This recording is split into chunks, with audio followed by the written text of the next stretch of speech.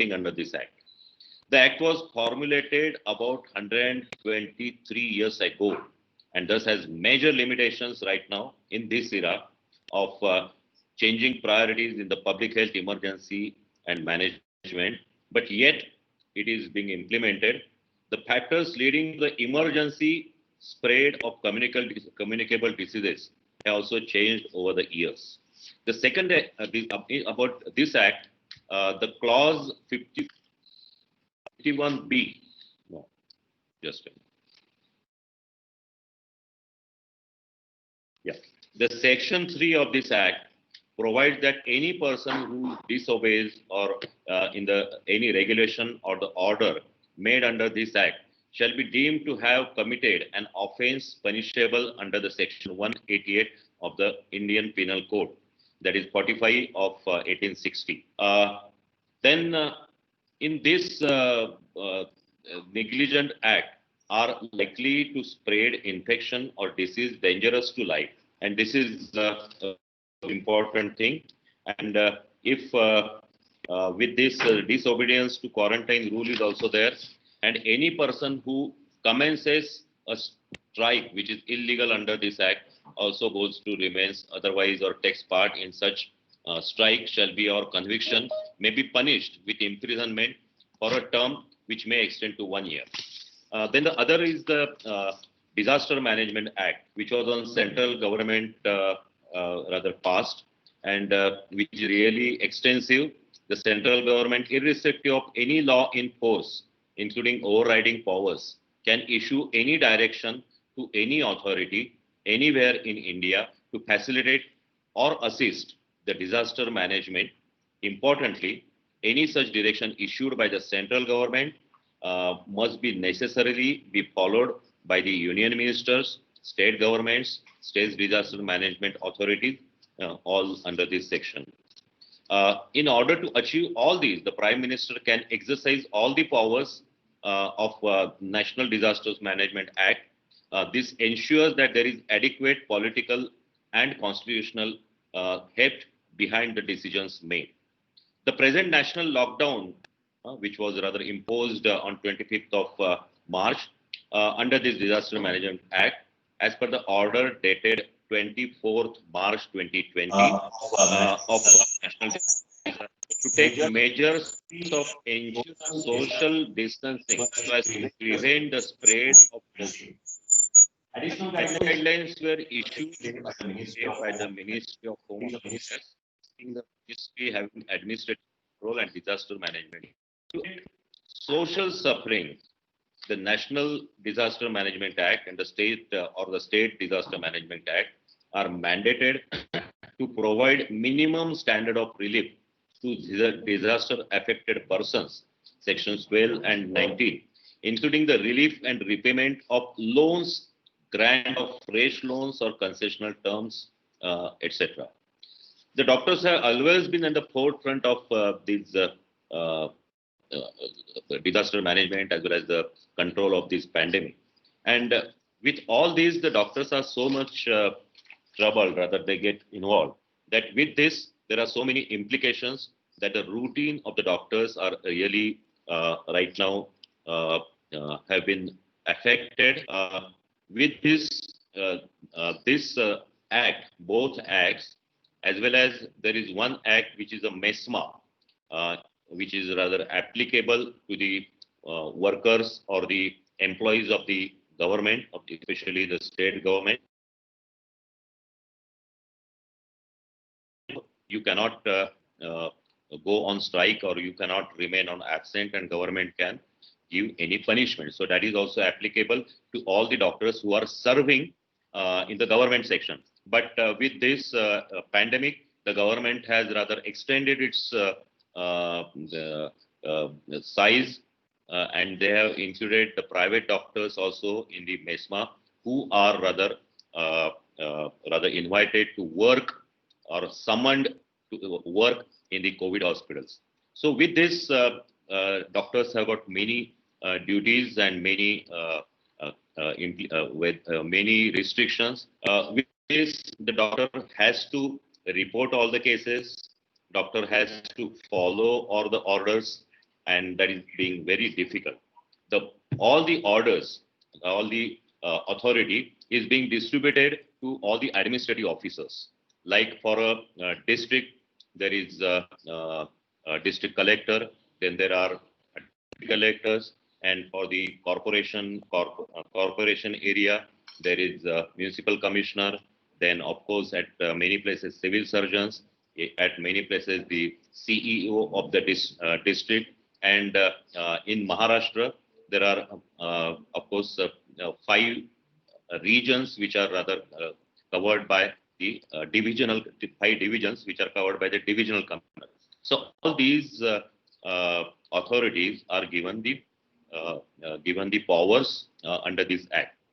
So they implement all these, whatever the instructions, whatever the things they are getting from the national authority or from the disease management committees from the state, and these protocols are made, and according to that, doctors have to behave or doctors have to act. All the treatments, all the other things are decided by the task force of the Maharashtra state, and of course the task force at various districts.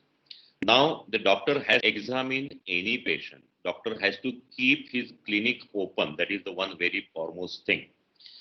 To which rather there are some rather things to be excluded, that those doctors who are above the age of 50, then those who are having comorbid conditions means that the doctor, if he has the diseases, prolonged diseases like diabetes, like high blood pressure, heart diseases, kidney, liver or lung diseases, or even the pregnant ladies and the lady doctors who are having 1-year kid, they are excluded from this law. They can keep their clinics closed. That's what was told, though it is not mentioned, but it was told by the notifications. Now, the second thing, the doctor has to examine all the patients. They have to attend all the emergencies. These are the things which are usually given by the medical ethics of the doctors.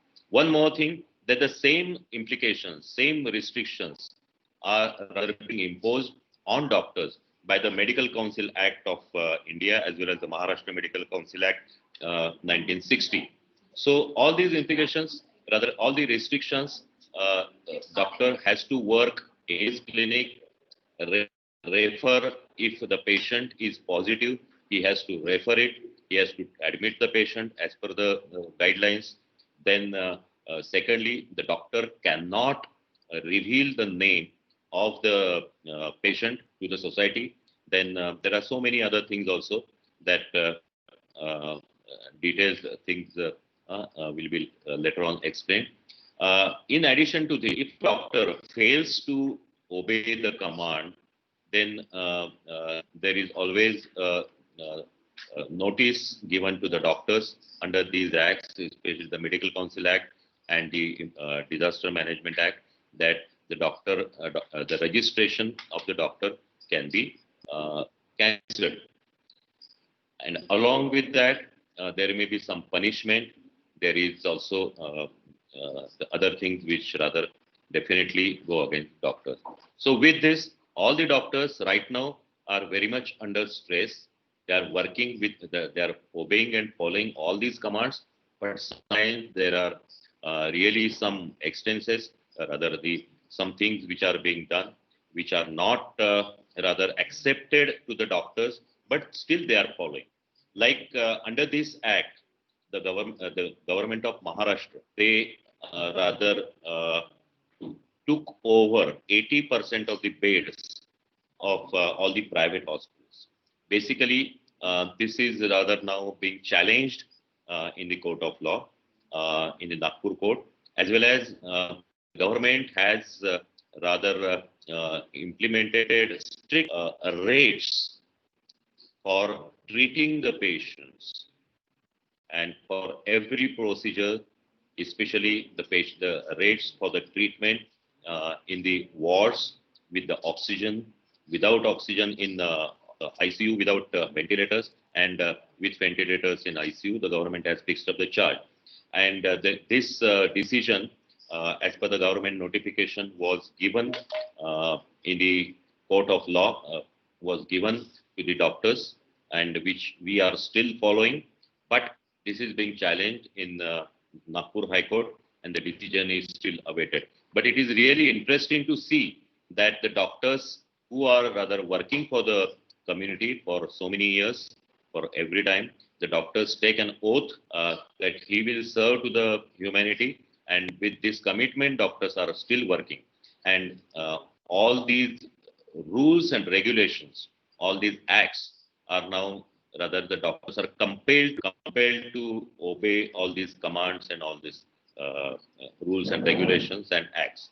At present, I will say that right now the doctors are working on obeying all these acts, but there is a big question mark of the validity. We definitely feel that the 1897 Epidemic Act should be revised, because it's a 123-year-old act, and which is not rather practical in these days, and especially those acts were prepared by the British rulers for the Indian people. And now, after getting independence, we hope that it should be changed, though after 123 years or sometime, because this is being very, there are so many stringent actions can be taken.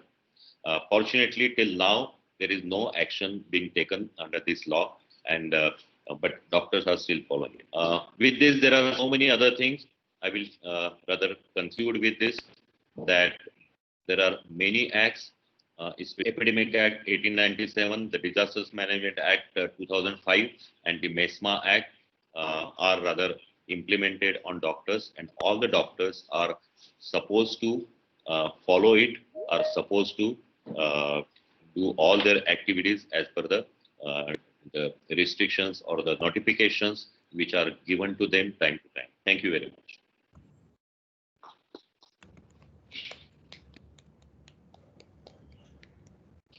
Thank you so much, sir, for enlightening us about the challenges faced by medical professionals and how their role is extended during these times.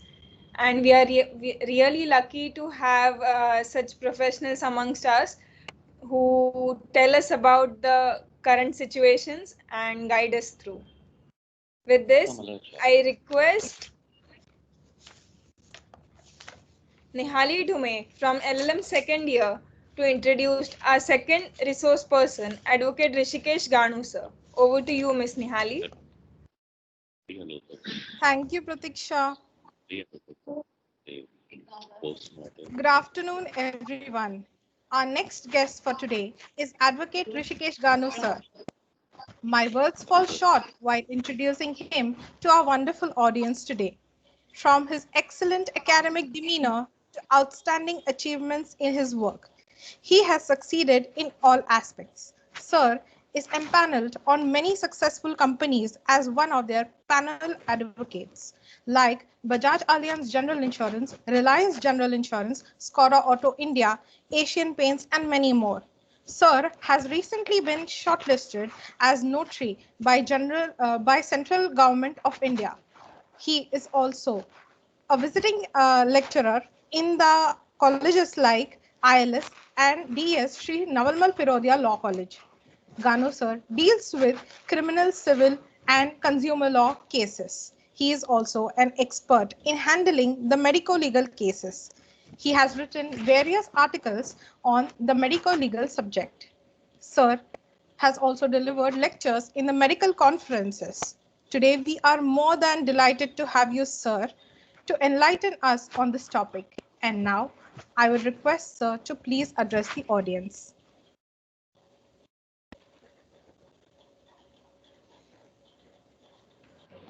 Hello, good afternoon to all. And I express my thanks to Navalmal Firodia College, my teacher in law college, Honop Madam, Bhondwe sir, Machwe sir. Both are medical professionals and Before them, I am submitting my views and discussing certain topics. The sessions today will be eye-opening sessions so far as we all who are patients one day or the other. The topic in hand is connected with concern or today's epidemic situation. Now, my friends, the medico-legal aspect starts when there is some legal complications, medical complications, or patients feel that there is medical complications. So now how the acts are, what care one should take, how to see the papers, what are the responsibilities as a patient to our doctors, what are responsibilities of doctors towards patients, how the papers are to be looked, vouched, interpreted. So my friends, when we are going to our doctors, we are in a state of mind that a patient should get cured, we should get cured. But sometimes things may go wrong. And that particular situation needs to be handled carefully by both the ends. And such situations are time and again coming. When the patient is cured, there are no grievances. But the moment things are going wrong, immediately nowadays we are overreacting. We are taking law in our hands, mob attacks, and then resulting into filing of cases against doctors. No doubt cases and legal problems are to be redressed. But how these laws are? There are 2-3 issues which I want to discuss. First is Indian Penal Code. What are the provisions? Second, Consumer Protection Act. Third, CRPC provisions and how case laws are developed. So first we will discuss what is negligence first. Many times we people are very casual by using the word negligence. But my friends, the negligence is discussed, defined in various case laws. Bolam test, from that onwards till recent all case laws. If you will see, they are discussing negligence. Now, what is negligence, my friends? Carelessness. So this is a dictionary meaning, but negligence is not that much easy. Duty to take care, my friends. Breach of duty. What is that duty? Positive act, negative act, act of commission and act of omission. Both amounts to negligence. But how to assess this? How to vouch this? This is a art. I shall not say art, but challenge. Art is in our field, but challenge is in the field of medical. Then how to assess? For that, as a patient, you should know what duties are contemplated, what care a doctor should, what care a patient should. I will give the example. Many a times, my friends, we are getting admitted in hospital when rescue hours are over, when golden hours are over. And we expect doctor to create some miracles. See, my friends, doctor is 101% trying. There is a section 52 of IPC, good faith. So in good faith, we are also getting admitted, and in good faith, patients are also getting treated. And in this situation, who is narrating history? Whether patient, whether relative, or whether neighbor. There are instances, my friends, where a neighbor or a relative who is not knowing a crucial anatomical problem is narrating the history. He casually says he is drinking, casually 1 or 2 times. He casually passes some remarks which becomes part of the history. And this starts, see my friend, this is a small incidences or situations which I am giving. How to assess negligence. So this is the first area. So whenever, my friends, you are narrating history to a doctor, be very careful. Second aspect, what forms we are signing? What forms we are signing? Who is signing the forms? Third aspect, whether operation, surgical intervention is required, please discuss with doctor. These are the basics ABCDs while admitting the patient, and then the situation comes. Now take a situation where what is line of treatment. Now in view of COVID, considering the seminar or discussion restricted to COVID, if I will ask somebody, or if considering it is not open audience, but really are we aware what are the correct line of treatment? Somebody says do this, somebody say do this, somebody says do these precautions. And if something goes wrong, how to build a case? This is the area. So my friends, negligence first we will have to discuss. So this negligence means doing something which a prudent man should take care. That prudent man, I see my friends, legislature in Evidence Act also gives weightage to a prudent man. People like you and me should see, vouch and assess that yes, care is taken. So what care? Nowadays we are using masks. Lot of care we are taking, hand gloves. What is this? Prudent man.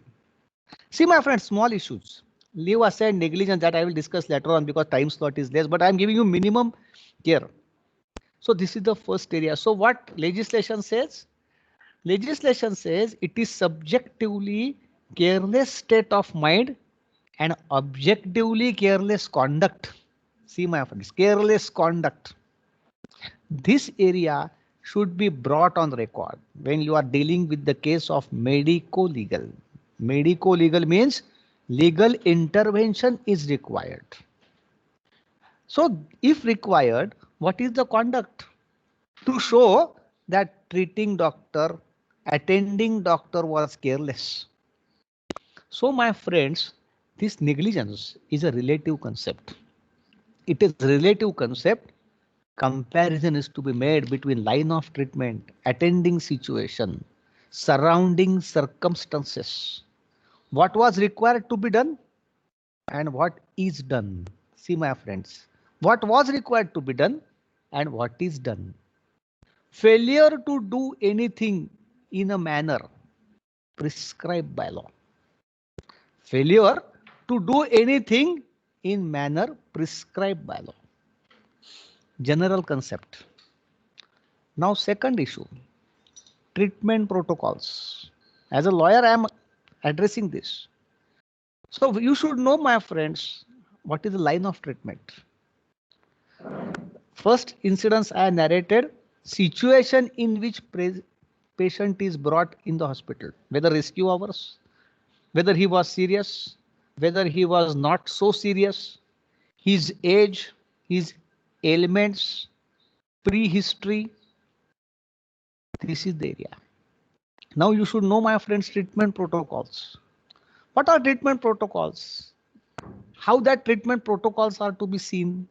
So you should know, my friends, whether medical, firstly you should know, and whether you should know means whether that treatment is containing proper line of treatment. Means first is examination of patient. This examination of patient nowadays, due to Consumer Act, due to all legislation, has become little bit expensive. If you will see previous days, our own doctor used to see clinically and used to advise. We used to go in hospitals and treatment used to get over. But nowadays, immediately it is prescribed, it is advised to go for blood, urine, some hemograms, sonographies, X-ray. X-ray nowadays become outdated, but I am using that word X-ray. Why? To see the condition of patient. And thereafter a treatment starts. Then basics of hospitals. What is the administrative setup? Now, my friends, you should not make mistakes between line of treatment and administration. That is ambulance, rooms, oxygen cylinders, ventilators, administrative setup. So my friends, your case, whether is on the point of line of treatment, whether your negligence is based on administration, or whether it is negligence per se, means totally wrong treatment. There are a lot of case laws on this, but I don't want to bombard the case law. We will go in a simple concepts. So these are the basics. Doctors are also should take care that how the charts are maintained, how the forms are filled. Gender many times, not many times, but exceptionally, male female overwriting, right and left part overwriting, weight of the patient, whether he is suffering from any pre-existing disease, if yes, if no. Please don't write short forms. Many times my friends, due to emergency, now doctors are very much emergency, but still short forms are used and that creates confusion in the courts of law. Patient, so far as knowing short forms, is not aware, but short forms please avoid. If short forms are written, ask your doctor what this short form contains of. This is the first area. Second, my friends, controversy is always arising whether criminally doctor can be prosecuted. Always. And lot of case laws are on this issue, right from Trembak Bapu Godbole, very old case law, to Paramananda Katara, wherein if an emergency case comes where doctor should report, whether to report police or to treat patient. So this was the area, but Katara's judgment says treating patient is most important. Rest of the formalities has to be intimated, communicated. So this area slowly started developing. We discussed negligence. What about rash? What is meant by rash? Exceeding negligence is rashness. Exceeding positive duty is rashness. Duty to take care, and I will definitely not take care. Nothing happens to me is rashness. See my friend shares. See my friend the shares. So this is rashness. So what rashness? So the people started using this rashness. Now this rashness and negligence is a huge gap, my friends. But as section permits, criminal complaints are coming. No doubt some incidences are there in medical fields also. In while doing surgeries, cotton remains, instead of doing some operation at this another operation, exceeding anesthesia, etc. All the examples of gross negligences, culpable negligences. Now in this particular situation, again a question came up whether criminally a case is to be done under 304A, that is death by negligence. So there are judgments, especially Martin D'Souza judgment is very landmark to read this, wherein it is very well Jacob Matthews, good judgments. And then Supreme Court says that there should be committee to be formed, opinion is to be taken, and then criminal action is to be initiated. Now what is happening? A layman is not aware. He is result oriented. Nowadays, everybody is result oriented. Everybody. So he needs his expectation whether my patient survives, whether my patient gets cured. And he is not having documents, especially discharge card, except discharge cards, except his own cards. So when this question comes about initiating actions, my friends, Section 91 of CRPC is there, wherein a notice is issued by the police to give the documents to the doctors. And then these documents are vouched before a committee and accordingly that action is started. So here, my friends, two areas are coming. First, Negligent Act, deficiency in service, where Consumer Protection Act takes care. And second is 304A or criminal action, I will say, where IPC takes care. Now, again, considering this COVID, why I'm relating because discussion is here. So we should know, my friends. Voice is going. So, my friends, as our earlier very senior Dr. Bonwe sir told, what are the acts? But my friends, how to see the papers in COVID? We should know that. And that is the area. What are those papers? My next doctor is definitely going to add these all inputs. But my area is legal action, foundation of legal action. So this is the second area. This is the second area. Now how criminal action is taken? So criminal says The degree of negligence, see my friends, how the wordings are used. The degree of negligence should be gross. The even certain cases are such where there is no discretion. No discretion can be given. No benefit can be given because the transformation of negligence to rashness is so high that immediately one can evaluate that this is a rash act. So my friend, you should know the difference between rash and negligent act. Here is the area, my friend,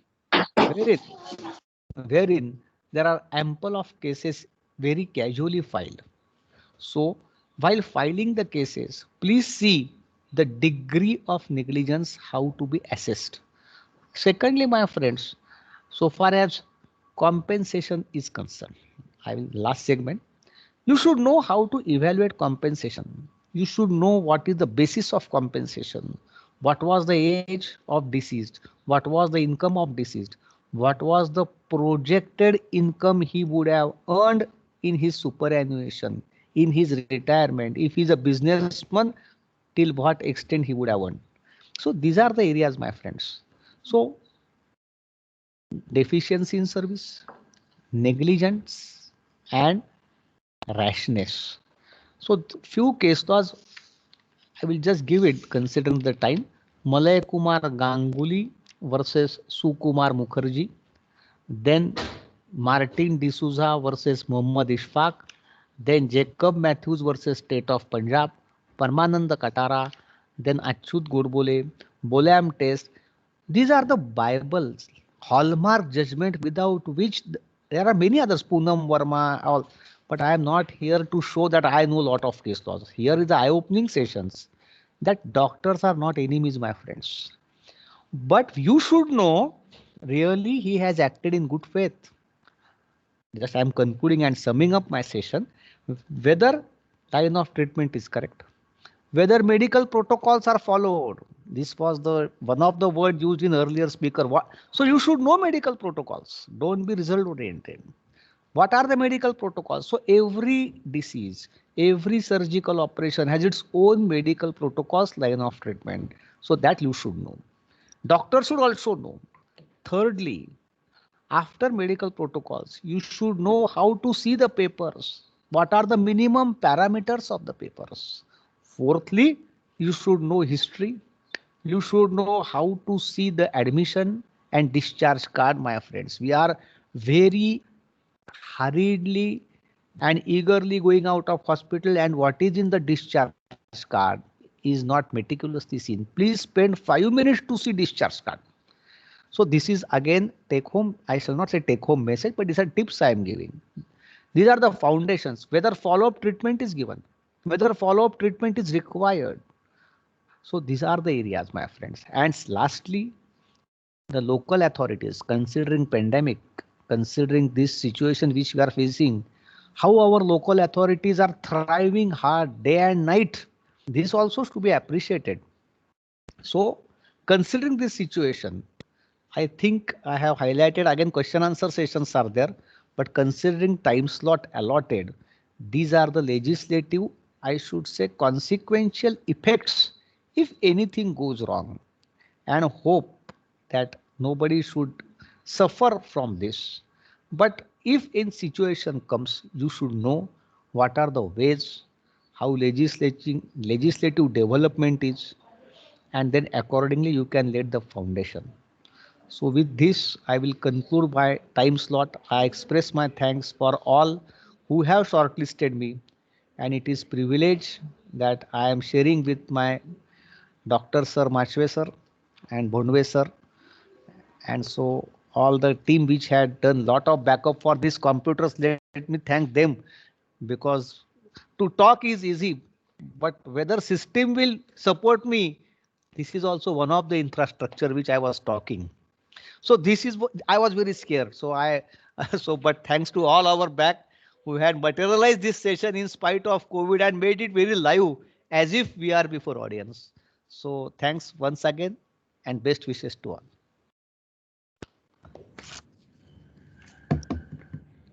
Thank you so much, sir, for enlightening us with the core medico-legal issues and how to interpret medical negligence according to the situations.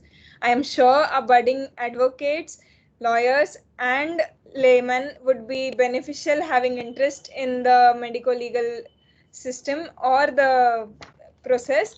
And this session has really helped us in bridging the gap between the laymen or the patients and the doctors. The tips you have suggested to paying attention to the smallest detail in the paperwork would be quite helpful to our viewers as well. And with this, I thank you so much for being with us. And I now request our viewers to please put the questions in the chat box if you have any, and we shall address them later on. I request Ms. Samina Mullah from LLM second year to introduce our third resource person, Dr. Manish Matsve sir, today. Over to you, Ms. Samina. Thank you, Pratiksha. As we all know that coronavirus has wreaked havoc on public lives and caused irreparable losses to humans.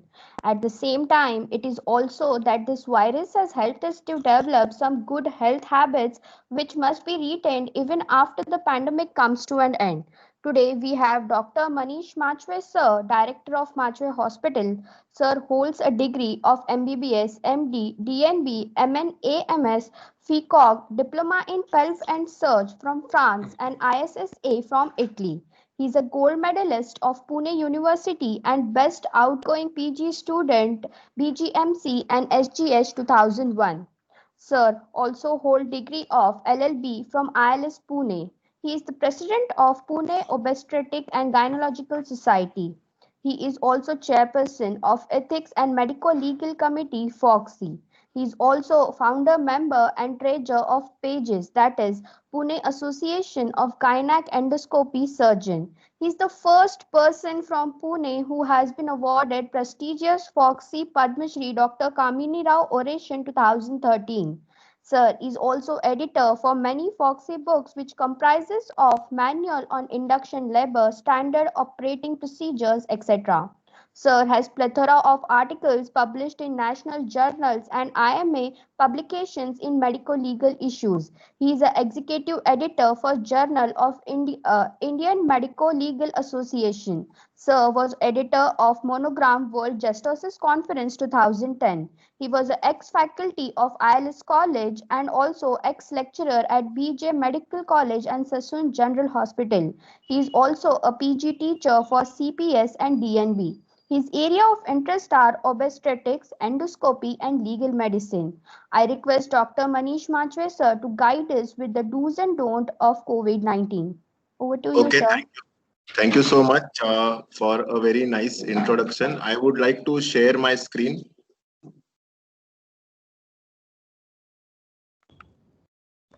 Can you see my PPT? Is my PPT seen? Not yet, sir. No, sir. Okay, can you send someone here to help me out? I just want to do screen share. Yes, sir. In a minute, sir.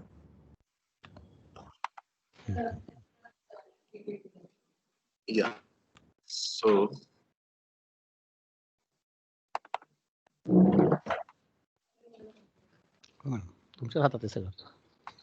Okay, is my screen seen now?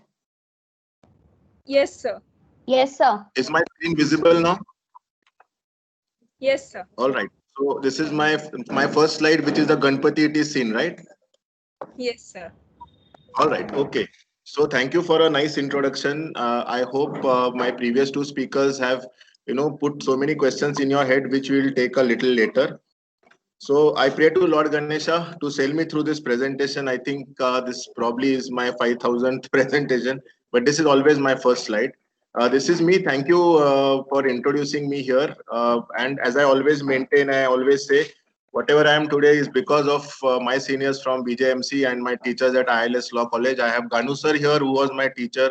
I have probably Apte sir logged in, and I hope that he's listening to me. And Vinash Bhonwe sir, my senior from BJ. So I am surrounded by all teachers. So if I falter or if I am not up to the mark, it is only because of some, heart problems that I have because of so many seniors around. And Principal Honop Madam is sitting just next to me. So bear with me if I go wrong at some place. It is only because of all these seniors, and you can blame them later on. Well, friends, medicine and law is like Predator and Alien. So when I saw that movie Predator versus Alien, I was very fascinated because uh, the fight which they have in that movie over so many issues. But let's see if we can somehow make this Predator and Alien meet together and come together and work together for the betterment of society.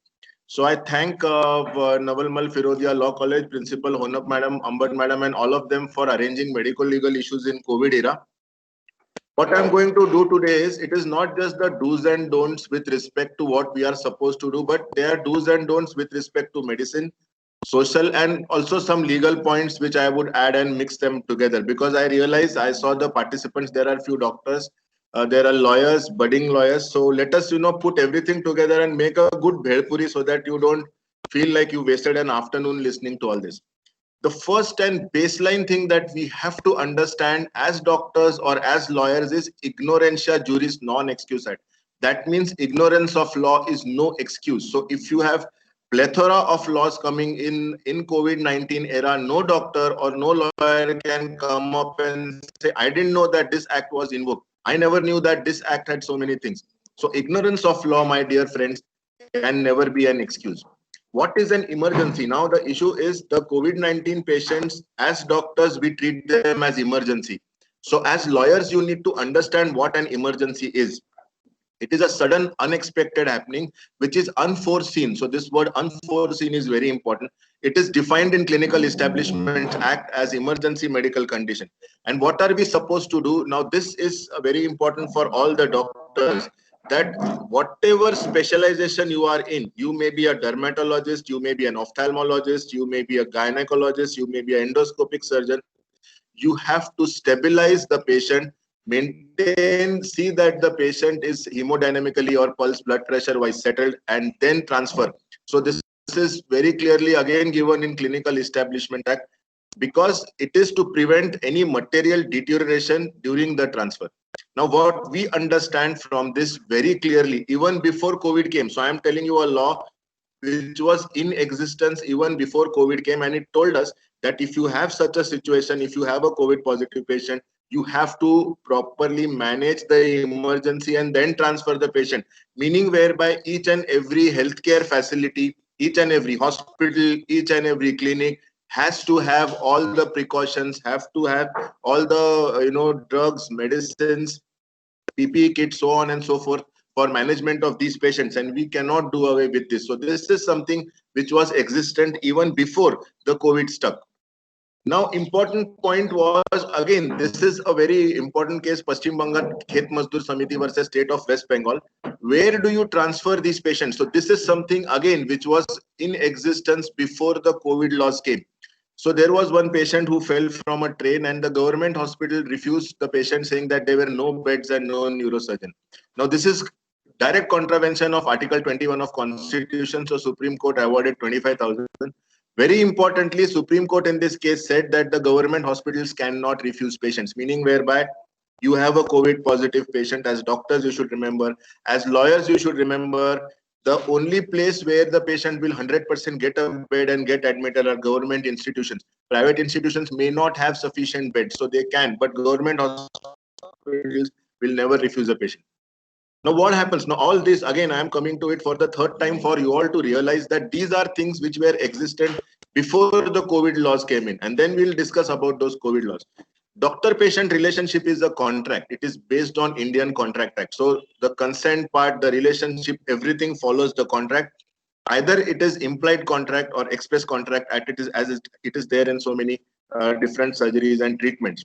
Now, this doctor-patient implied contract is not established in this condition. So, meaning whereby these are the conditions where the treatment part which the doctor undertakes for the patient as a contract is not established. For example, first aid in emergency and rest of them. But for us, first aid in emergency is most important. So, all doctors who are listening to this, please remember, whenever you give first aid as an emergency to any patient, don't worry.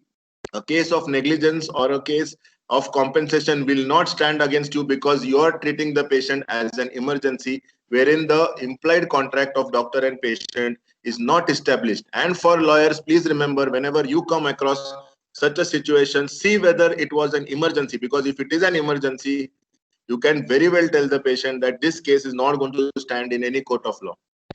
Please note, this is another point, no consent. So consent as per Contract Act, I told you, doctor-patient relationship, no consent is required to treat or render first aid to any patient as an emergency. And those hospitals or nursing homes which write on their board that 24-hour services are available are legally bound to attend all cases. So doctors have to remember that if you have this notice outside your hospital which says 24-hour services, you have to take all patients 24 hours. If you do not do that, it is inferred as medical negligence.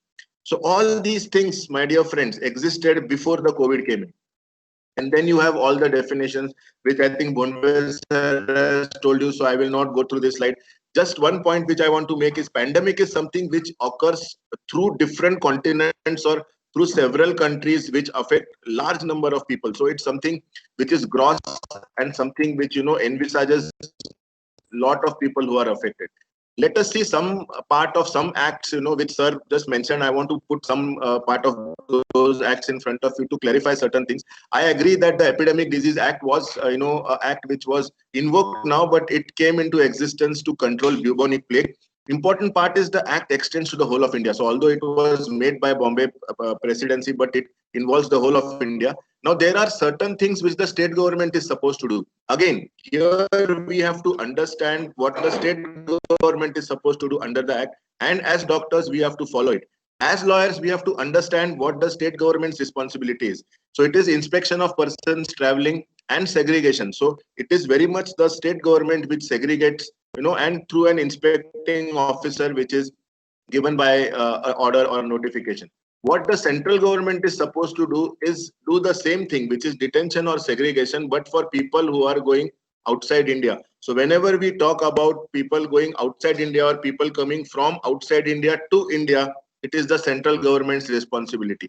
Meaning whereby, if, for example, if I can cite this example, a particular sect of people were blamed to spread COVID during some of their prayer meetings in Delhi, and everybody was blaming the Delhi government. So if you read the act as lawyers, please understand, it is not the Delhi government who's responsible, it is the central government, because the act very clearly says for any vessel or any ship or any airplane which is leaving or arriving in India, it is the central government's responsibility. So if particular sect of people spread the corona all over India and especially at Delhi or in Hyderabad, it was not the state government's but the central government's responsibility to contain it. And obviously there are penalties.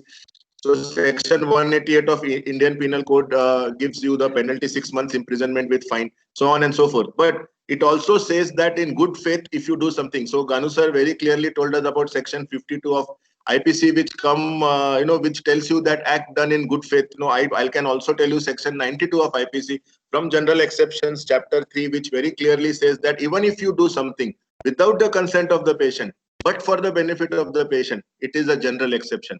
Meaning whereby no case will in criminal court will stand against you if you have done it in good faith. Now, there are other punishments which are given in IPC, which we should know, section 269, 270. They are related to spread of infection. So whatever, so if I am not wearing a mask, or if I am not taking care of the 6 feet rule, or if I am suffering from cough, cold, and I do not tell the authorities, and in whatever way, if I am responsible for the infection, then these are other provisions of IPC which can be invoked. Important point is I want all of you to concentrate on section 271, disobedience to quarantine rule, which again the punishment is 6 months and or fine. So we will see the difference between lockdown, quarantine and section 144, because as lawyers you should understand the difference. Maybe a layperson may not understand. So for now, because this act has been invoked, there are two things which all the doctors, not only the doctors, but everybody has to be very aware of, that it is mandatory to report these people who are positive to the authorities so that due care can be taken. And this notification through the surveillance unit or through private medical practitioners, healthcare institutions is a must. And again, if you do not notify, it goes into section 188 contravention and all the problems it creates. Also, this is what we are doing. So as lawyers, you need to understand this is what is done. So if you go to a healthcare facility, or if you come to my hospital, or if you come to me at Ruby Hall, they will fill a self-declaration form. See, don't get irritated. A lot of patients get irritated. Why are you asking me whether I went abroad? Why are you asking me if somebody from my society has cough, cold? See, this is as per the notification, as per what is given in the act, as per guidelines issued by corporation. So if we are taking a self-declaration form, you are supposed to fill the self-declaration form with all honesty. It is for your own sake, and penalties are prescribed, if you do not fill it properly. Now, because there was a lot of violence and vandalism against doctors and breaking up of hospitals, we have a lot of amendments which have now come to this act, but we also have Maharashtra Medicare Persons Prevention of Violence Act 2010. We already have that. So in addition to that, I think the penalties which are for violence against doctors and vandalism are a copy paste from that act to this act. So it is 3 years imprisonment. It's cognizable non-bailable offense. And you have to give 50,000 rupees as compensation, and twice the amount of money as compensation for whatever vandalism you have done. So all those are copy paste sections from that act. But I hope and I pray that violence and vandalism will stop, because as much as the common person is affected, the doctors are also affected. If you see, on the whole, the percentage of doctors dying of COVID are way more than the common public dying, because we are faced with these patients every day. And it really hurts me a lot when I tell you I have lost 8 of my very close and good friends due to this COVID. Right. So now we need to also understand about Section 144 or CRPC, because we want to understand the difference between. Just stop there. Because we want to understand the difference between what is Section 144, what is the lockdown, and what is the quarantine. So they are different things. They mean different things. The penalty is different things. So we have to understand, what does Section 144 of CRPC 1973 say? It says that assembly of 5 or more people in an area is prevented. Who gives this order? District magistrate gives this order. And they can also, the authorities can also block your internet access. And contravention is the penalty which is given, or the punishment which is given is Section 141 Indian Penal Code, unlawful assembly, where it defines unlawful assembly. And Section 143, it gives the punishment, I think, which is 6 months imprisonment and fine. So please understand, Section 144 is assembly of 5 or more people. It means if 3 people are there or 4 people are standing on the road, Section 144 is not attracted, and the order has to be given by district magistrate. Maximum duration up to 2 months. It can extend to every 2 months. It's on state government's discretion. Again, duration of Section 144, that is assembly of 5 or more people at a particular place, cannot be more than 6 months. It can never be more than 6 months. So please understand this very clearly. Now, what's a lockdown? How a lockdown is different from Section 144. Emergency protocol implemented by authorities prevents people from leaving a particular area. Now, please see, this is different. So I can have a lockdown in one society. I can have a lockdown in an area, for example, Shivaji Nagar, or I can have a lockdown in Kothurud, or I can have a lockdown in complete Pune urban, or I can have a lockdown in complete Pune rural. This is different than Section 144. Preventive lockdown can be partial or complete. A complete lockdown means nobody goes in, nobody comes out. A partial lockdown is when you have timings where the lockdown is relaxed and people can come in and people can go out and buy their essentials. So lockdown versus Section 144 CRPC are two different things, and they are not the same. We have another act which was invoked as Disaster Management Act 2005. It is a central act. So it actually says the state governments who do not have the mechanism of dealing with such pandemics or disasters can follow this. You have a National Disaster Management Committee, State Disaster Management Committee, District Disaster Management Committee, and there are penalties and punishments. So I'll not go into much details of this because there is a Maharashtra government notification which the doctors, lawyers, in fact, every common person should know, and I will put a stress more on that. So what happens when you have a pandemic? You have two situations. Either you fight it or you just lay and say, I don't know what to do. So it is in our hands together what can be done. And this is something which came on 14th March 2020, and we are completely bound by this. So if I say there is one Magna Carta or there is one thing that we have to close our eyes and follow, it's the government of Maharashtra notification, because this is something which is for us, for our state of Maharashtra, and it also says about Epidemic Disease Act, so on and so forth. So it says all hospitals will have corners for screening. It says all hospitals during screening of such cases, if they come, then this if they come positive, this information has to be given to the appropriate authorities. We initially had COVID care centers. Now, as Bonve sir said, a lot of hospitals have this quarantine facility there. Again, it also speaks about the quarantine. Now, this is a March order. So that time the quarantine was 14 days. It has come down to 7 days now. And I think there is a notification which I have not read, but people say, somebody told me only yesterday that this quarantine is coming down by 2 days. But I don't know. As of now, the quarantine period is 7 days if you have traveled abroad or if you are in close contact with somebody who's COVID positive. Again, it very clearly says that no organization will disseminate any information unless you take permission from DMER. So that means any false information, if you give, it is contravention of this notification. Again, meaning whereby you have WhatsApp, and I'm using this word on this forum, but I have read shit messages on WhatsApp. Anything they write on WhatsApp and send that this is something you do for COVID and this is something which should be done, please avoid all that. So delete. What the best thing you can do in the evening, delete all WhatsApp messages. That is what I do, because it gives you wrong things in your head which are neither helpful, and in fact what a person who gets irritated or a person who gets stimulated sends it to 10 other people, and that is how wrong information is propagated. Again, officers are empowered under the act, which Dr. Bonve sir said. So we all know here in Pune, the municipal commissioner is responsible. So what they can do, sealing of areas, barring of entry, restricting vehicular movement, so on and so forth. Hospital isolation of all suspected cases and contacts. Important is the lower part. I want you all to concentrate on 7 and 8. Designating any government or private building as quarantine facility and any other measure. So this is the place where private hospitals have been, taken over by the government and converted to COVID centers. The problem there is it is impossible for the rates at which they have given for the private institution to run it with the rates the government are prescribing. That is the problem. The problem is not conversion of private. So do not take this in your mind that private doctors are not ready to treat COVID. We are definitely ready. We treat so many patients, but the rates which are imposed by the government are meager. And if I show you that slide, I think as lawyers, all of you will feel really bad. Okay, so, and these are other things. Again, the notification has the power of, punishing anybody who contravenes under Section 188. So it is more or less same as your Epidemic Disease Act. And in good faith, whatever is done, that gives you, protection against any suit or legal proceedings.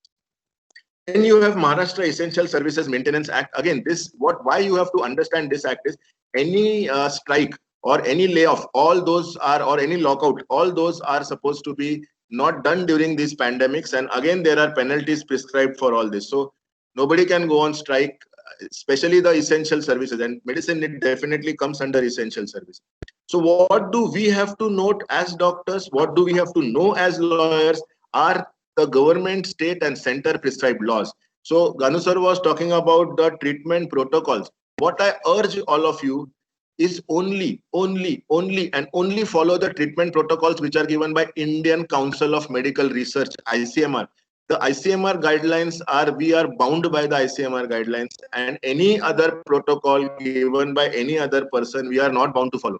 So if you find that some protocol in Lancet or some UK based protocol, or New Zealand is, for example, now a COVID-free country, you feel their protocol is best, you can implement it.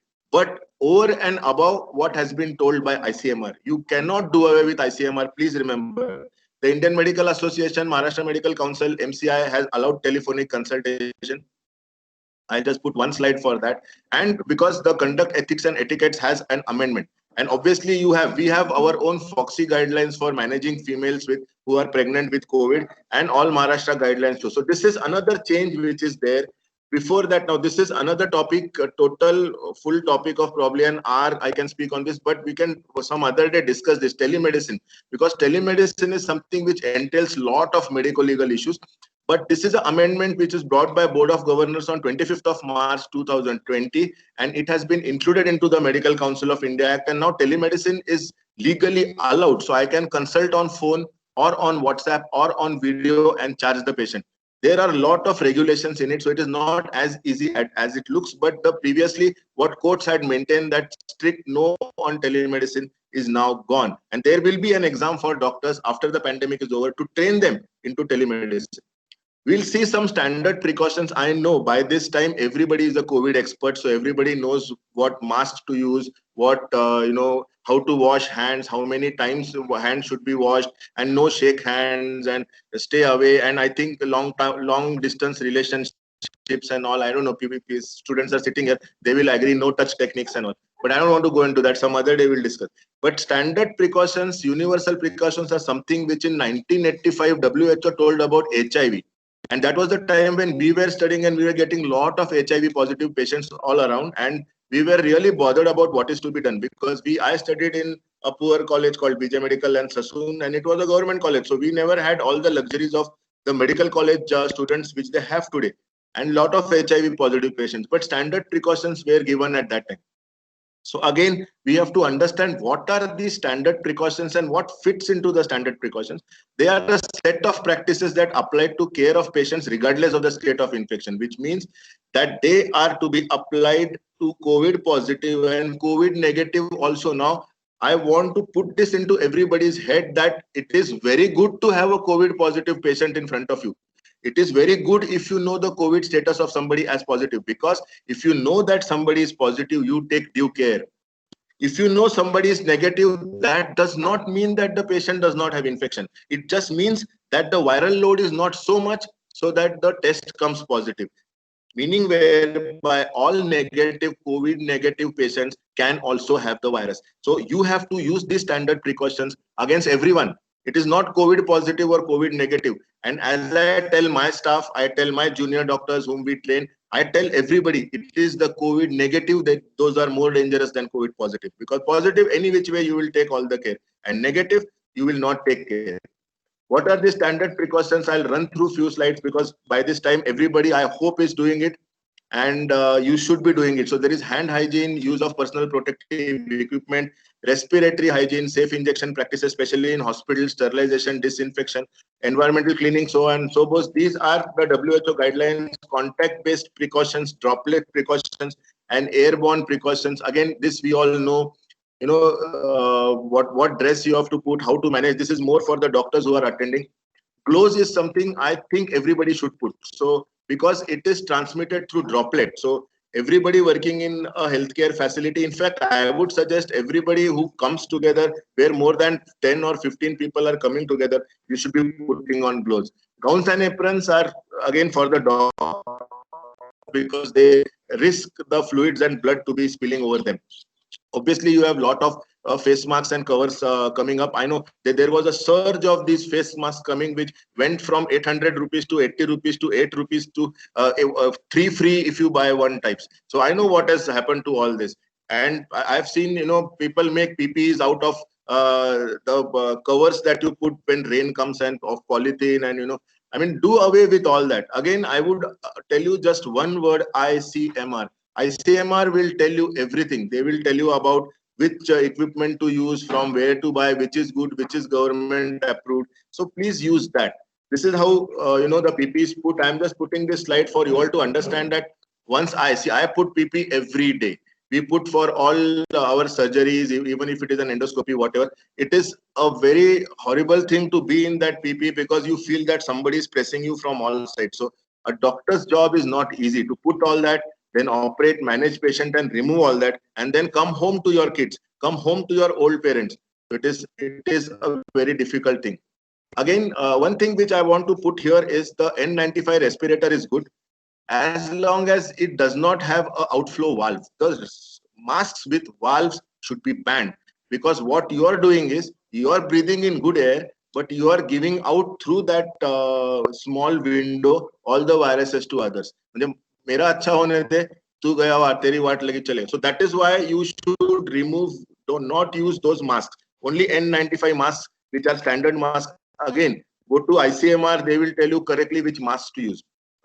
Medical mask you need to use only for doctors. I mean, for you all, if you all go to courts, if you all, attend places where a lot of people are there, I think surgical masks are also good enough, as long as you maintain distance. That is what has happened. So we, as you are just, I'm not transgressing, I'm just telling you my, experience of how we handled few court cases. We had for a long time, once I became chairperson, because you all know the MTP Act gives you the abortion limit as 20 weeks. And a lot of these patients used to come who were rape victims or who had multiple anomalies in the baby after 20 weeks. And we wanted to channelize this through putting a writ petition to High Court under Article 226. And we did this online. And so we now have a mechanism wherein an online writ can be put. It comes up for hearing in 48 hours. So we have the public prosecutor comes and we have good arguments, and we have won all our 5 cases last month. And we've got permission because one was rape case and all 4 had anomalies, multiple anomalies in the baby, and all of them were beyond 20 weeks. So the next step would be to go in for an amendment of MTP Act. But this is what my experience has been. It is very good to have online, all these cases done. Obviously, this is something which a doctor fears the most, aerosol generating procedures, because this is where the doctor gets all the infection. So especially for somebody who's in ICU or somebody who's giving anesthesia or people like us who operate every day, this is very dangerous. And this table again is to use what the PPE at what place. So I'll just skip that. So what we have to remember as doctors are, there are personal protective equipment. There are standard guidelines either issued by WHO or ICMR, which we need to follow for any suspected or confirmed case of COVID negative, standard plus contact plus droplet precautions. And when you have aerosol generating, then airborne precautions. If one thing I want all of you who are not doctors to understand is, fear the COVID negative more than COVID positive. That is something I want to put in everybody's head. Then and then only you will be able to follow all precautions. And obviously there are laws. This is for the doctors to understand, follow, encourage others to follow. This is what we seriously believe. Whatever we do is service to humanity, service to God. And this is what the common person has to also believe, that if in God you trust, in doctors you must, because that is the only person who will stand by you and help you when everybody else. There are patients who have become COVID positive. Trust me, their relatives run away. Their family runs away and they are in hospital alone. And who is treating? The paramedical staff and the doctors. So please, before you want to go and beat up a doctor, or before you want to go and thrash his hospital or thrash somebody, think 10 times. Even after knowing all this, I know some things can go wrong, and that is where medical negligence plays a part. We don't know what COVID era will give us. Maybe more negligence cases, or more cases in consumer courts, or more police cases because Section 188, so on and so forth. But we should not be under overconfidence. We should do what we have to do properly, ethically, and following all the guidelines. This is something which I follow always in my life. All of you follow. This will really help you. Knowledge gives discipline. From discipline comes worthiness. From worthiness, one gets wealth. From wealth, one does good deeds. And from there, you can get joy. So medicine and law, predator versus alien, the fight continues. No, my dear friends, let us change this. Happiness, peace, and success is being together. It is neither being an alien nor being an predator. It's alienator. So medicine plus law together will always work out not only these pandemics, but all the situations which come ahead. So predator will alien, I think, will look somewhat like this. Just forget about the picture of George Bush and Osama. I think the picture on the left side speaks what I have to tell you all. Thank you very much. This is how the pandemic has made us. Don't worry, everybody together can solve this situation, and then we can stand, bold and tall amongst any problem that we face ever in life. Thank you very much for a patient hearing. Thank you for involving me, madam. Thank you. Thank you so much, sir, for the guidance about the do's and don'ts in this pandemic situation. You have not only told us about the legal do's and don'ts, but the medical and social as well. And today, I must say the clarification was much needed, where there are so many unauthorized advices and news floating around us through social media and news platforms. And the myths that you have busted today are just so hilarious. And yes, sir, we thank you so much. And I now request Ms. Samina Mullah to commence with the question and answer session. Thank you, Pratiksha. So the first question is for Advocate Rishikesh Ganu, sir. The question is from Vidhi Punmiya from 3rd LLB. She says there are various cases where the hospitals are charging unnecessary expenses. Can they be held liable? And There are various cases where the doctors have used ventilator just to increase bill, even though the patient is dead or has no chance of recovering. Can they be held liable? Over to you, sir.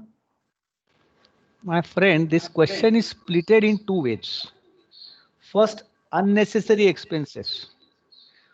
If you want to go ahead with this particular cause, you should know what are necessary expenses. What are necessary expenses? Whether those expenses are required to be done, and whether you have any basis of that necessity, unnecessity, or requirement. If you are having some documentary backup that these were expenses not required, or these expenses are on higher side, then only you can go ahead. You cannot go in air that these are unnecessary expenses. These are not required expenses. These were not contemplated part of treatment. So whenever the question of expenses comes, you should have that particular backup with you to show that these were not required treatment and these were not required, or these were minimum expenses which would have catered the need of medication. So this is the first answer.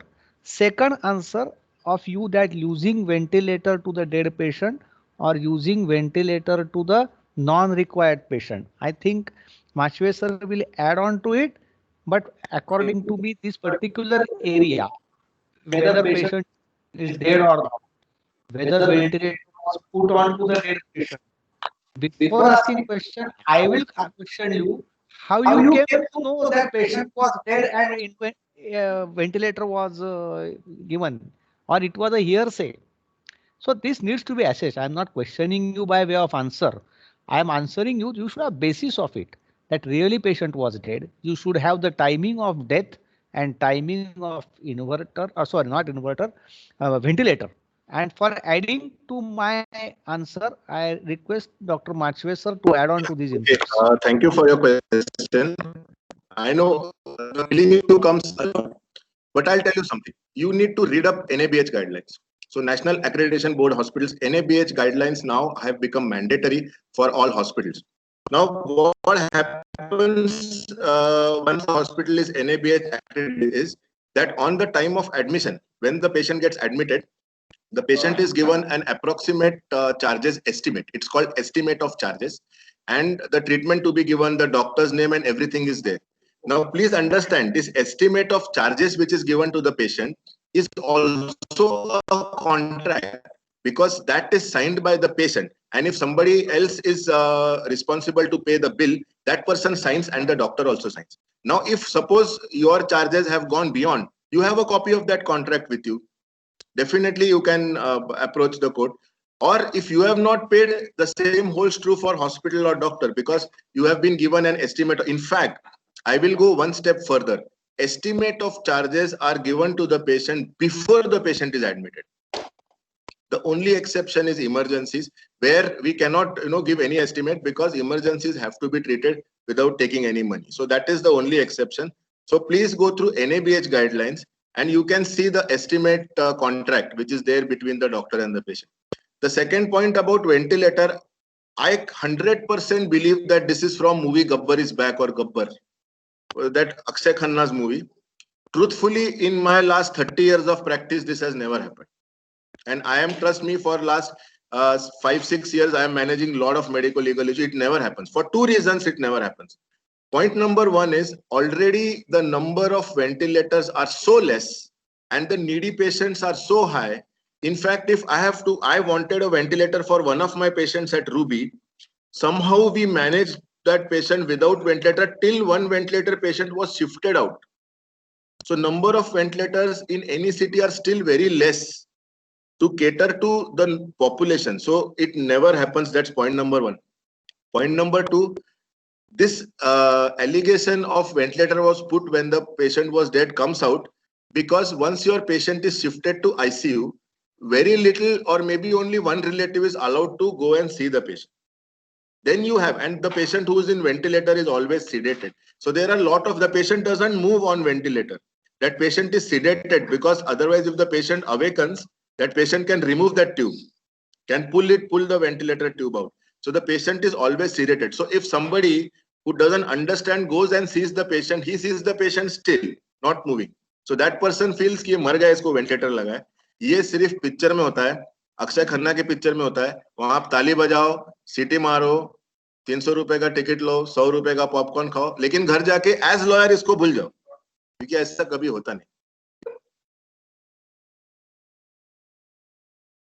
Thank you, sir. I hope the doubts are clear.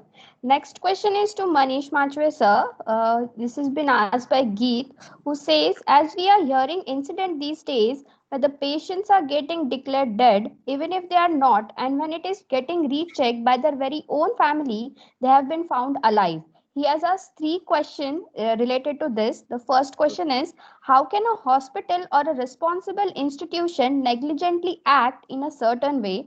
Secondly, what are the rights does victim's family have in reciprocation? Thirdly, does money have become really that important in today's times where we are seeing such cases where few hospitals or doctors are charging mercilessly to their patients? And lastly, what rights a normal person have for the same? Okay, so I'll answer each one of your questions. First thing is, please understand, to declare a patient dead is one of the most difficult things to do. So when I became a doctor and I was an intern and I had to go and declare a person dead, I used to be really scared. Baad mein hila to. So, and this happens for one very important medical condition, which is known as suspended animation. And if you've read forensic medicine, what it says is whenever there is sudden change in temperature or environment, the heart temporarily stops. And after some time, the heart starts to beat. So it's called suspended animation. It happens if somebody falls in water or the water is very cold. Electric shock. It happens in kids so many times. So that is one of the reasons. So what is the dictum for doctors is, if after CPR, cardiopulmonary resuscitation, you are not having any pulse, no respiration, put a ECG and take long lead 2. You put a ECG and take a long lead 2 ECG. If it shows a false trace continuously for 10 minutes, then you can declare the patient dead. So declaring a patient dead, my dear friend, is not easy. It's not easy job at all. You are surrounded by relatives and anybody. Now you can be beaten, you can be, there was one anesthesiologist from Gujarat who was kidnapped. 2 दिन उसको भूखा प्यासा रखा फिर छोड़ दिया. So that is also something which happens. So please understand, this is suspended animation. If it happens, it happens. So I am dealing with one case from Nagpur where this has happened, and this was suspended animation, and that is what had happened. The point number 2 is whether we charge excess and is money becoming more important. Okay, I will tell you my own case, which I am for one doctor from Akluz, which I am representing in consumer. So a cesarean section was done for a patient where the complete bill of cesarean section, including disposables and everything, was 8,000 rupees. It was at Akluz. Akluz is some 60 kilometers from here. Now the cesarean section wound of that patient got infected. She was called for follow-up. She never came for follow-up. It got infected. So she had to come to Pune. Another surgeon operated, removed all the infection, did all the dressings, and then she became okay. Now in consumer court in district forum, this patient sued the doctor for 34 lakhs of rupees. Now imagine 34 lakhs of rupees. Can it be a defense that I charged only 8,000? How she is putting 34 lakhs claim? So has money become important? Yes, money has become important. I will not say money is not important. Are there black sheep in medicine? I'll say yes, there are black sheep in medicine. But does that mean all doctors are like that? No.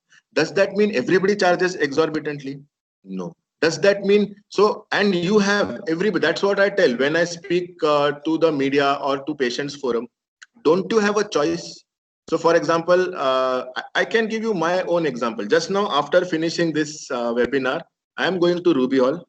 I have a surgery planned there.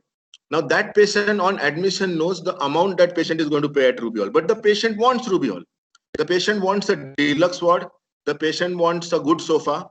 The patient wants a nice, I have told the patient, see, if I do this operation at X hospital or my hospital, it's going to charge you 1/3. But the patient says, no, मुझे उधर ही कराना है. क्या करेंगे? So does Manish Machwe charge exorbitantly? No, it is the patient's choice. You give. That is why I said charges are given to the patient even before the patient gets admitted. So I agree to some people not following this. I agree. There are black sheep everywhere. Can you believe I have had discussions with advocates who come and tell me, do not do much in court. Let the doctor pay the compensation because the compensation is coming from the insurance company. I will give you 5% of that compensation. Can you believe? So are there black sheep in law? Yes. Are there black sheep in medicine? Yes. Are they everywhere? Everywhere they are there. So what did I tell the advocate? I said, sir, if your case is so strong, why give 5% to me? You can keep the entire compensation to you. So there are black sheep everywhere. We have to, everyone. That's why I put my slide. Everybody chooses his or her own path. And is money important? It is. But to this extent, no. It's up to you. Anything else was there? No, sir, this much only. Thank you so much, sir. See, hospitals, all hospitals. So if you go to Seven Hills Hospital in Mumbai or Hiranandani in Mumbai, you know, they will charge exorbitant. They are giving you 5-star services. It is, why do you go? Don't go. Don't go. So what surgery I am doing in Ruby just now, I go to a hospital called Kamala Nehru Hospital, which is a corporation hospital. Thursday is my day. I do free surgeries there. Free endoscopic surgeries. I advertise it. Come to Kamala Nehru. I'll do it for free. Do these patients come there? No. It's a government. It's a corporation run hospital. So you can imagine how a corporation run hospital is. So it is the patient's choice. Correct? So for example, suppose, madam, you are getting married. What will you do? You go to Kalyan Jewelers and buy a diamond ring. Is it necessary? Does that diamond ring ensure that your husband will stay with you forever? No. No. Raste pe ka ring leke bhi wo pura reh sakta. It's your choice. It's your money. So does a gold ring or a silver ring make your husband love you less? No. But you go to Kalyan Jewelers or some 5-star jeweler and Swarovski and get the best diamond ring. That's up to you. So it's up to the patient. Don't blame the doctor. And in fact, trust me, this also I say a lot of fora to doctors that you divide your practice. I have done that. I do free surgeries in Kamala Nehru. And I tell the patient, if you are getting operated here or here, these are the charges, you select. Let the patient select. Once the patient selects, the issue of conflict decreases, because this is how you communicate with the patient. Same is true for lawyers. I can tell you lawyers, I have seen with my eyes, abhi naam nahi le sakta hu. The client comes and sits, the first question they will ask is, acha kitna compensation hai? Or if there are some marital discord case going on, acha tumhare pati ke paas kitna paisa hai batao. Acha, to mere ko usme se itna chahiye. Client से बात करने के पहले ये होता है. So again, coming to the same, there are black sheep everywhere. You all are students. You are from a good college. Imbibe good thing. Make your own path. Trust me, honesty always helps in practice. Thank you so much, sir. Next question is for Dr. Avinash, sir, which has been asked by Bhagyashri. She says there is an increase in organ trafficking. Due to COVID, these things are not being looked up. What are your thoughts on this? Okay, so I want all of you to read Human Organ Transplantation Act, HOTA. The Human Organ Transplantation Act, if you see the rules of HOTA are extremely strict. And this happened because a few years ago, there was a kidney racket. If you have followed the news, there was a kidney racket of Biharis and UP Bhaiyas. So that is why the HOTA has brought out rules and which are very strict. And there the punishment goes to 7 years, 10 years also. So any organ transplantation in today's era is not easy. If you follow the act, it is very difficult. So the issue of somebody doing it for money and getting it done like that is all gone. So don't even think, just read HOTA. That is my humble request. Read the Human Organ Transplantation Act rules and you will understand about the place, about the donor, eligibility of donor, about the transaction of money, about the contract. Just read and go to the annexures. You will understand what I did. It has become difficult. Now through COVID, we don't know. COVID is something which we understand very little. It has come just now. So whether it's going to affect, whether a COVID test is done prior to transplant now, yes, they do. They do COVID test before transplant for both donors and recipient, both. Whether it's going to affect the transplant medically, it's a big, I don't know. Seriously, I don't know. Thank you, sir. Next question is for Advocate Rishikesh, sir, which has been asked by Aditya from 5th BLLB. He says, in future, to avoid black marketing of vaccines of COVID-19, should they be considered as essential commodities under the Essential Commodities Act? Here it depends whether it has become essential or not, and whether legislature is incorporating it under as a commodity. It will depend, my friend. Today's necessity may not be tomorrow's necessity. But so far as today is concerned, though these medications are required as a life-saving drugs, they are essential. But can it be categorized under commodity? Can medication be commodity? All that will depend how the amendments will take place. But as on today, I don't think that it will be added as a commodity. It may be added as a life-saving drug. My Machwe sir will add on, because they have special drug act by which certain across counter drugs without prescription drugs, so that he can add it to it. Essential commodities will not come into the way of it. So there are two things. One is FDA, Food and Drug Administration, FDA. So all these vaccines for COVID, if they come, the FDA will have to approve them. So it's not that I start a company, I have a vaccine, I say मैंने 10 कुत्तों को दिया है, बहुत मस्त हो गए, अभी इसको use ऐसा नहीं. So FDA has norms, they have to go to FDA, and Drug and Cosmetic Act is already there. So you have Drugs and Cosmetic Act, so all of them will go there. So licensing, manufacture, distribution, everything is law dependent. Everything will be law dependent. But FDA approval is required. Because although people are doing trials, National Institute of Virology is doing trials, Russia is doing a lot of trials, but they know before they put it to FDA, they should know the criteria the FDA will utilize to pass them. Otherwise, the FDA will not pass. It will be a futile exercise. So whether the drugs will be black marketed and all those things, I don't think so, because of the simple reason that who would? So I am buying a mobile which is with bill, with warranty, approved by government, and there's another mobile without bill, without warranty. पता नहीं कितना time चलेगा? आप कौन सा खरीदो? So black marketing नहीं होगा, क्योंकि ये सब this will be approved under the statutes by the central government, and it is not only state, it is a central government. So I will give it to my brother-in-law, मैं मेरे साले को देता हूँ factory, ऐसा नहीं.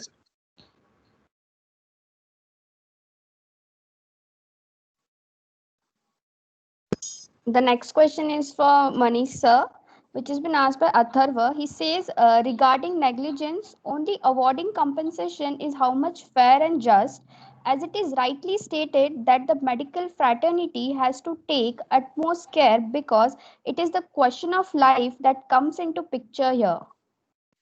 Yeah, agreed. So that is why maybe once we will have on medical negligence. I have a slide which mentions a very important maxim. It says res ipsa loquitur. And that is what I tell. So ऐसा नहीं है कि I only give lectures to you all or common people. Trust me, I give a lot of talks to doctors, and also trust me, I scare the shit out of them, because I want each one to do ethical and correct protocol-based practice. And my most dangerous slide is res ipsa loquitur slide, because what I tell them, res ipsa loquitur means the thing speaks for itself, and I don't have a defense for you. So if you do all this, I will not have a defense. So for example, surgery on a wrong limb, or surgery without consent, or wrong kind of surgery, or wrong kind of treatment given, performing a criminal abortion, doing a sex determination of a fetus and then doing an abortion. So I tell them I do not have defense for all this. So do not fall into all this. So res ipsa loquitur is something where we do not have a defense. Now, whether compensation is good enough, that the court decides. So courts have methods to decide compensation. Sir was telling you one of them. Initially, they used to follow Workmen's Compensation Act 1923. First year में है, आप लोगों ने पढ़ा होगा. but the compensation in Workmen's Compensation Act was very less. So then they started following the Motor Vehicle Accident Act 1983. But again, so it is to the discretion of judges. There is a multiplier method, which sir was telling. And there is a Prashant Dhanaka case, a landmark Supreme Court case, where 1 crore of compensation was given, and they had used a very different multiplier method in that. So how much compensation to ask and whether compensation is enough, it is very difficult to say, because lot of compensation is for mental agony and loss of consortium. So for example, if a wife dies, the husband, or the husband dies, the wife will put loss of consortium, that is togetherness, and mental agony as major parts or chunks in that. Now, mental agony ke liye kitna compensation, it's very difficult. I don't know. So, but clearly the thing is that the cases which sir also mentioned, Jacob Matthews versus State of Punjab, all those who are interested in medical legal should go through Suresh Gupta's case and Mohammad Ashfaq's case, because there very clearly the judges have said that the negligence on the part of doctor has to be gross to call it a criminal negligence. Otherwise, it can be tried in a civil court or consumer court for compensation. So how much compensation is? Yes, sir, please. I will add it to my. The assessment of compensation is based on age, longevity of age, source of income, and how much income is affected or how much ability to earn is affected. So accordingly, compensation is based. Secondly, what was his actual income at the time of incidence, and how his earning capacity is affected due to that negligent act is correlated, and accordingly by a multiplier theory, that calculation is based. That is number one. Compensation and damages, there are two different issues. First is which the compensation and damages, special damages, general damages, damages which can be shown, and damages which cannot be shown but can be inferred. Pain and suffering. Can you show pain and suffering? No, you cannot show. Can you show mental agony? You cannot show. It needs to be assessed. So assessment is one and calculating is one. So calculation plus assessment is compensation. And that has its parameters. Good case law is Sarla Verma so far as MACT is concerned, and lot of other case laws. At present, Pranay Sethi is also a case law which will give you a standards of fixing compensation. Thank you, sir. Next question is for Advocate Rishi Ganu, sir, which has been asked by Anuruddh Purohit from 5th B LLB. He says, it has been observed during the pandemic situation that many diagnostic laboratories are giving false reports regarding COVID-19, and hence the person who were not infected by the disease were found to be positive for the same.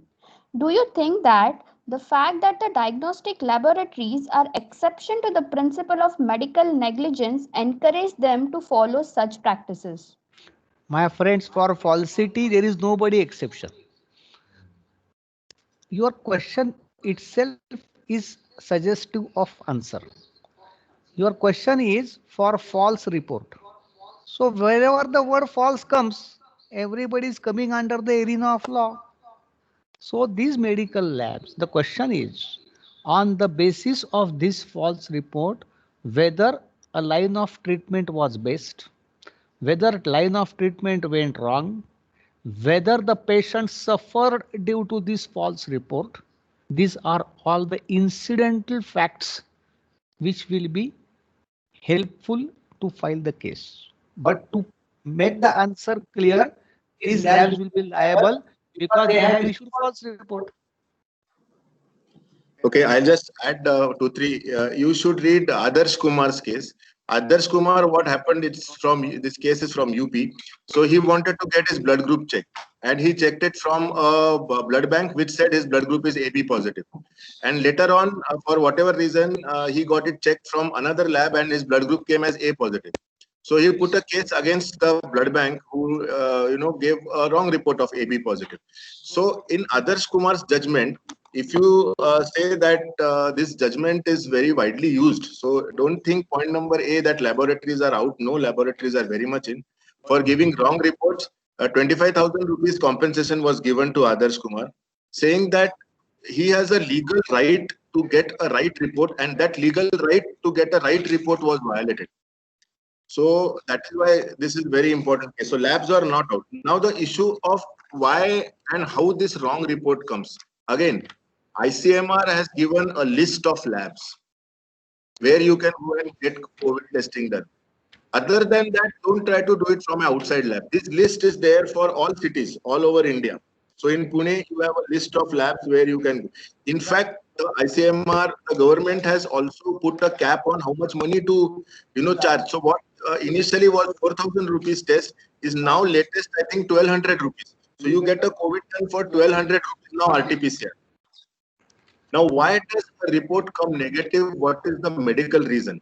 The medical reason is the RT-PCR test, in very simple terms, depends on the viral load. That means how many copies of that virus are present in your body. Now, for example, if the virus copies in your body today are 10, the report may come negative.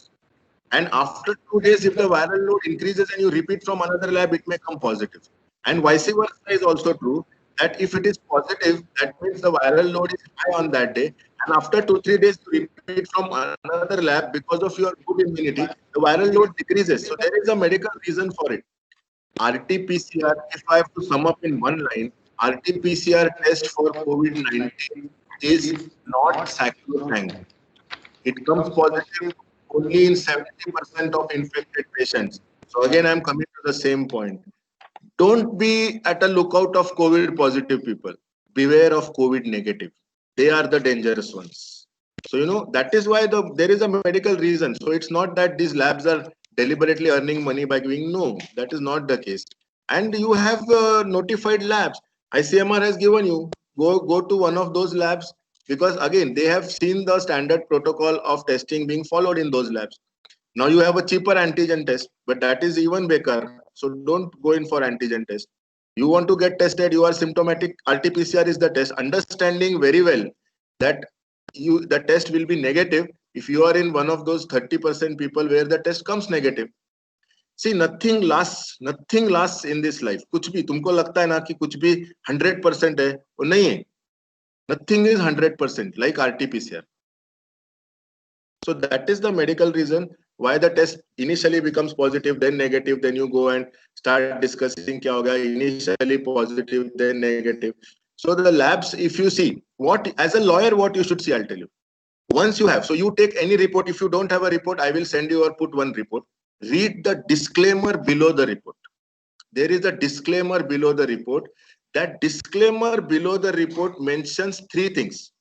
It mentions about COVID, it mentions about the test, and it mentions about follow-up in case whatever your report is. So it will always mention if it is negative and you are symptomatic, you repeat after so many days. If it is positive and you are asymptomatic and you do this.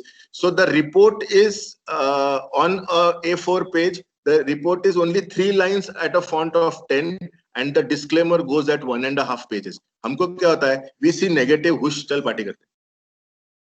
So you don't read, but as a lawyer, make it a habit of reading reports completely. Go through the disclaimer and your problem will be solved. The difference between erroneous report and false report. As sir said, due to bacterial changes, due to change of hours, due to change of day and night, due to change of meals, due to change of drinking tea, coffee with sugar, without sugar, walking, talking, running.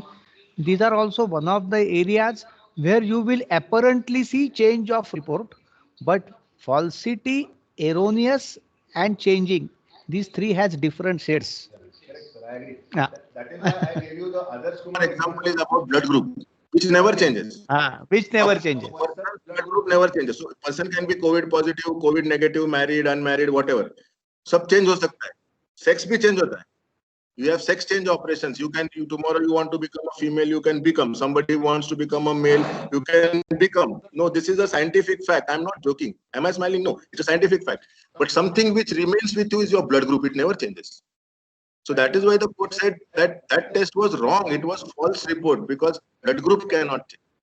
WhatsApp group can be changed, but blood report cannot. Next question. Thank you, sir. I have the last question for Manish, sir. That is there any need to frame regulations regarding non-availability and non-punctuality of the ambulance vans? There are. So it is not just so in case of pandemic, now we are talking about the healthcare facility, which involves people doing testing, labs, transport, quarantine, admission, treatment, ventilator, ICU admission, death, whether to do postmortem or no, disposal of body, everything is under the ambit. Now, the issue is that always follow your corporation or government. So when initially there were COVID care centers 6 in Pune, we had got from corporation the telephone numbers of ambulances which are circulated to lot of doctors and lot of non-medicals because anyone will require. Now these are the ambulances which have been which are under the control of corporation, under the control of government, and they have a duty to serve and do all this. What happens is the private ambulances have an issue. Phone nahi lagta, jaldi nahi aate. They may not be equipped. So some reporter died because they did not get a cardiac ambulance, because if you follow the case, they were following the private ambulances. You follow the government machinery. थोड़ा देर से number लगता जरूर है, private का भरोसा नहीं लगेगा, नहीं लगेगा, but ambulances are very much a part of it. Anything any negligence and not coming or not properly treating the patient or transporting also comes under negligence. So ambulance are very much a part of this system. And secondly, my friends, you should know what government infrastructure is. There are helplines, government, PMC, police authority, they are all in these functionaries, but we don't know that. So sometimes due to lack of information also, we in ourselves are inviting the situations. So first approach to local authorities and then you can take a call. And before coming to conclusion, please talk to local authorities. Go to your nearest hospital of corporation, go to police station, they will help you out. But without going anywhere, simply you are tracking the things on mobiles.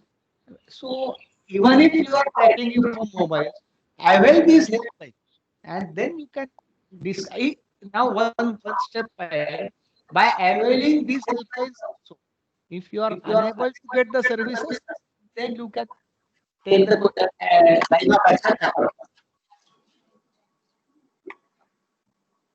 Thank you, sir.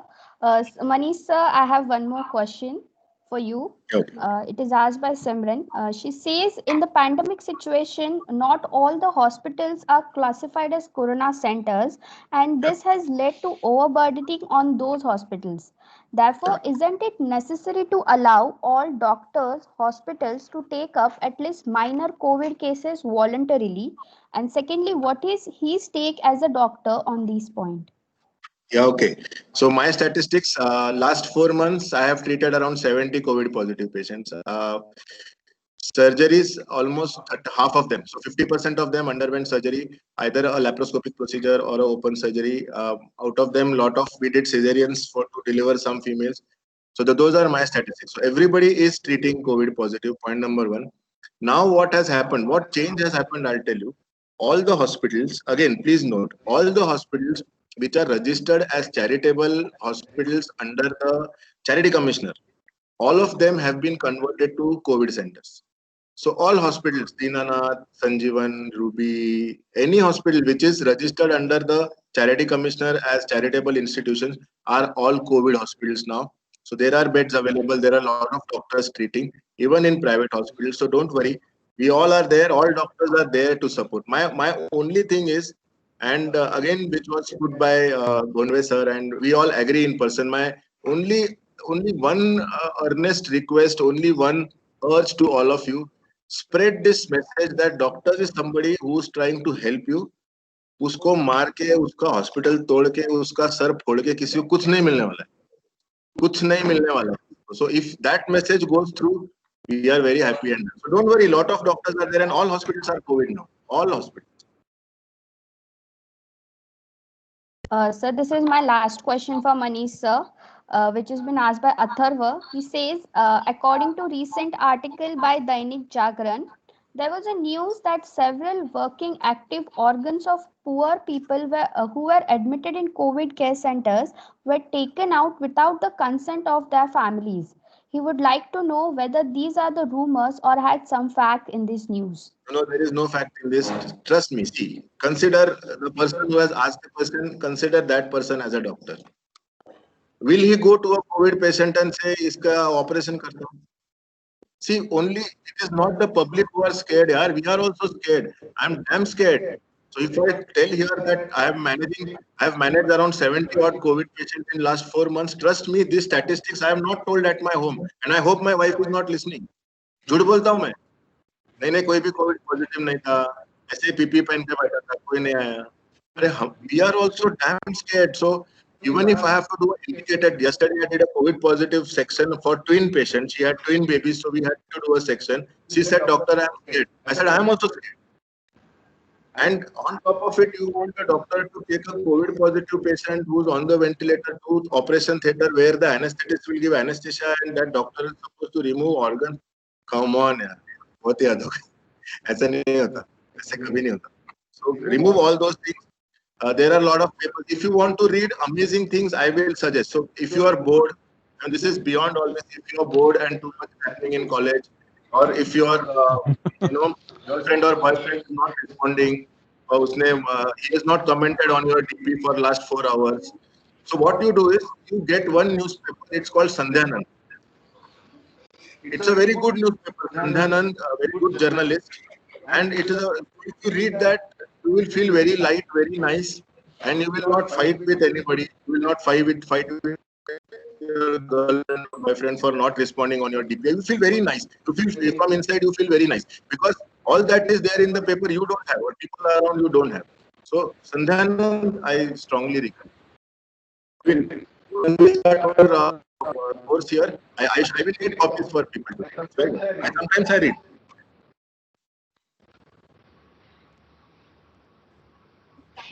Thank you, sir. I have the last question, hopefully.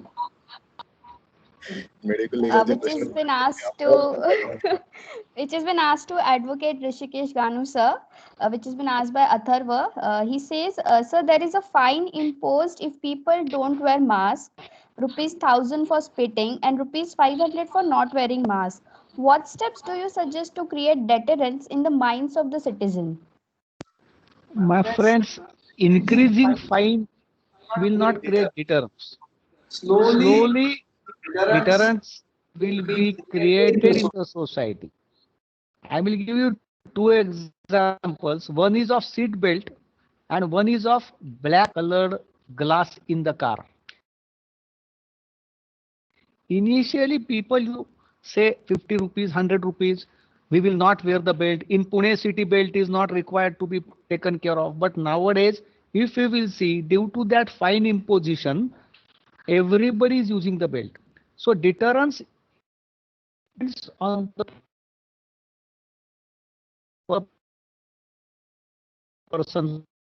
For me, it depends on person to person. So amount of fine happens. It depends how you are obeying the law. Once this fine amount, once this message goes in the society, yes, the moment you are out of the, you are going out without mask, you so that efficient, and legislature and government will think if they, in spite of imposing fine, if the continues, they may increase. So I think we have answered lot of questions. Sir is also indicated that he wants to go to Ruby Hall, and so yes, I hope I'm so sorry. And Thank you so much, sir. We got to learn many more things, and hopefully all doubts are clear. So Pratiksha, please continue. Yes. Thank you everyone for the wonderful response. I hope all our doubts are clear. I know there I are think many questions. Honam Madam and everybody plans to start a medical jurisprudence course here. And all those who are interested in legal issues and medical negligence and all that, it would be very nice if you come and join. I hope and I know few doctors will definitely come and join those courses. And we'll do, I mean, you will also realize that even in law practice, you need a lot of medicine. It will really help everybody, brush up things and do them in a way. And I'm very happy that my own teacher Ganu sir is there, and together we used to teach for medical jurisprudence at INS. It's my pleasure that I should take this opportunity that Dr. Machwe sir, in spite of conducting late night surgeries, he used to come in the class. We used to discuss lot of cases in the class. So it was very nice interactive session. I also had learned lot of things from him in various conferences. So it is not a question of sir and student. Everybody is student. So it is a good, but it is a nice experience that I and Machwe sir both are on common conferences in many times, and it is just reciprocating respect towards each other. So I express him thanks also for inviting in many debates, conferences. Thank you so much, Manish Machwe sir. Thank you so much, Rishikesh sir. I now request Professor Nalini Ambad ma'am to deliver the vote of thanks. Over to you, ma'am. Yes. Thank you so much, Pratiksha. In this wake of COVID-19 outbreak, all the public institutions are under immense strain and pressure. These are the extraordinary situations with the extraordinary challenges. But even during the situations, doctors has to follow the same principles, and we are tackling the situations with the same old laws and inadequate laws, as well as the different guidelines from the different institutions. And when we are coming back to the normality, and when we know that we have to coexist with this COVID-19 pandemic for a few more days, we have to act as a responsible citizen, not only by blaming the institutions and doctors. And I'm sure that today's seminar has definitely enriched all of us with the knowledge and experience shared by our esteemed panelists. With this, I take this opportunity to express my sincere gratitude to the esteemed panelists of today's webinar, Dr. Avinash Bondwe sir, Dr. Manish Machwe sir, and Advocate Rishikesh Ganu sir. Thank you, sir. For graciously accepting our invitation and sparing their valuable time with us. Thank you, sir, for sharing your vast experience and knowledge with all of us today. I take this opportunity also to extend a sincere thanks to Dr. Sharath Kunte sir, Chairman, Governing Body and Council, Deccan Education Society, for the constant source of inspiration for all of us. I take this opportunity to thank Advocate Nitin Apte sir, Chairman, CDC, D.H. Sri Navalmal Firodia Law College, and Dr. Rohini Honak ma'am, Principal, D.H. Sri Navalmal Firodia Law College, for always there as a source of inspiration and guidance. Thank you so much, sir and madam. I take this opportunity to thank the seminar department coordinator, Dr. Aishwarya Kadam ma'am, and Assistant Professor Prajakta Bhagwat ma'am, for their contribution in organizing the webinar, as well as I extend my sincere thanks to Dr. Sudeep Tarote sir and all the teaching, non-teaching and library staff for their contribution in the organization. I thank the wonderful audience and their active participation in the webinar by putting so many questions to the panel and making this webinar really useful for all. Thank you very much to the wonderful audience. I take this opportunity to thank our most enthusiastic volunteers. I must mention their name herein. I thank Kayo Irani, Isha Karni, Atharva,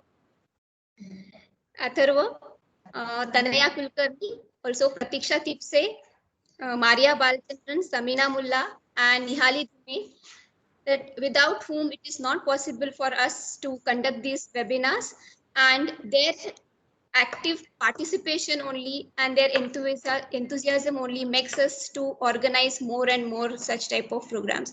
Thank you all. And I now declare that the webinar is over, and you can see the webinar on YouTube channel also. So the video will be uploaded on YouTube. Please follow it. Thank you so much, everyone. Thank you. Thank you, everyone.